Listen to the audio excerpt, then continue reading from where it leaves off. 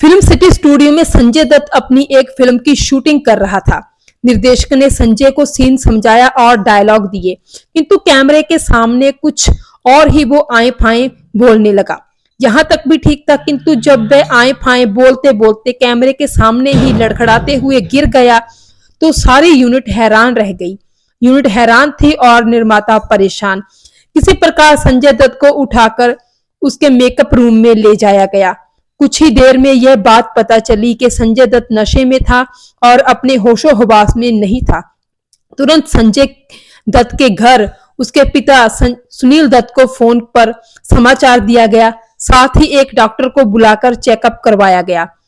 कहते हैं कि डॉक्टर ने संजय का चेकअप करने के बाद व्यक्तिगत रूप से सुनील दत्त से मुलाकात की और उन्हें सलाह दी कि वह अपने बेटे को तुरंत इलाज के लिए किसी अच्छे अस्पताल में ले जाएं, क्योंकि नशे की गोलियां के कारण संजय स्लो पॉइजनिंग का शिकार हो चुके थे और मौत की ओर बढ़ रहे थे।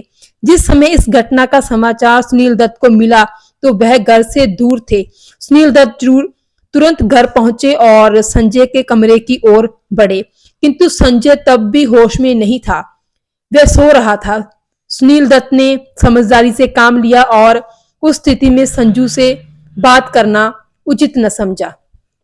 यहाँ इस बात का उल्लेख करना आवश्यक होगा कि सुनील दत्त और संजय दत्त में काफी दिनों से मनमुटाव चल रहा था। दोनों बाप बेटे एक दूसरे से बात तक नहीं कर रहे थे। इसका कारण था टीना मुनीम। संजय ने पिता सुनील दत्त को साफ साफ वार्निंग दे दी थी कि वह शादी करेगा तो टीना से, किंतु सुनील ने भी संजू को बता दिया था कि वह किसी भी कीमत पर टीना को अपने घर की बहू नहीं बनाएगा, चाहे उसे अपनी जिंदगी क्यों न देनी पड़े। यहाँ तक कि सुनील दत्त ने संजय से कहा कि वह अपने पिता की लाश पर से गुजरने के बाद ही टीना को अपनी बीवी बना सकता है।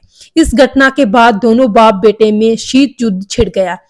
बेटे ने तय कर लिया कि वह टीना को पाकर रहेगा और बाप ने निर्णय ले लिया कि वह हर संभव टीना से संजय को दूर रखेगा। इसी शीत युद्ध का परिणाम था कि टीना के फोन संजू को नहीं दिए जाते।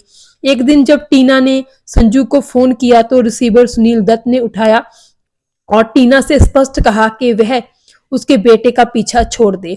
संजू को टीना से दूर रखने के लिए सुनील दत्त ने जब अपनी फिल्म का मुहूर्त किया तो संजय के साथ हीरोइन टीना नहीं बल्कि पद्मिनी कोल्हापुरे को लिया। इस बात से भी संजय के दिल को गहरी चोट पहुंची। उसे अपने पिता से ऐसे कठोर व्यवहार की कतई उम्मीद नहीं थी। पिता के इस व्यवहार ने संजू को विद्रोही बना दिया। इस विद्रोह ने संजय को नशे की लत लगा दी। वह नशे की गोलियां का सेवन करने लगा।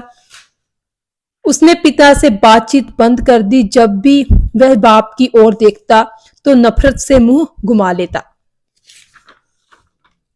एक पिता के सपनों और जज्बात को उसी का बेटा एक मामूली लड़की के लिए कत्ल कर रहा था। सुनील दत्त ने अपने बेटे को यह बर्बादी नहीं देख सकता था। उसने हमेशा अपने बेटे को प्यार दिया, कभी उस पर हाथ नहीं उठाया, किंतु उस दिन सुनील का हाथ अचानक उठ गया। शाम को सुनील दत्त जब घर लौटे तो संजय नशे के प्रभाव से बाहर थे। वे घर की बालकनी में बैठे। सुनील दत्त ने जब संजू से पूछा कि शूटिंग पर क्यों नहीं, क्या घटना हुई, तो संजू ने पिता के साथ अपमानजनक व्यवहार किया। आवेश में सुनील ने संजू के मुंह पर एक तमाचा जड़ दिया। संजू का जज्बा टूट गया और खून बहने लगा। तुरंत डॉक्टर को बुलाकर संजू का प्राथमिक उपचार किया गया और उसी रात सुनील दत्त अपने बेटे को लेकर जर्मनी चले गए। कहते हैं कि जर्मनी ले जाने का कारण था संजू के जिगर की खराबी। नशे के प्रभाव से संजय का लीवर कमजोर हो गया था, जिस कारण ऑपरेशन होना आवश्यक था। बताया जाता है कि अगर संजू को सुनील दत्त जर्मनी न ले जाता और उसे लीवर का ऑपरेशन न किया जाता तो वह अब तक मौत के काफी करीब पहुंच चुके होते।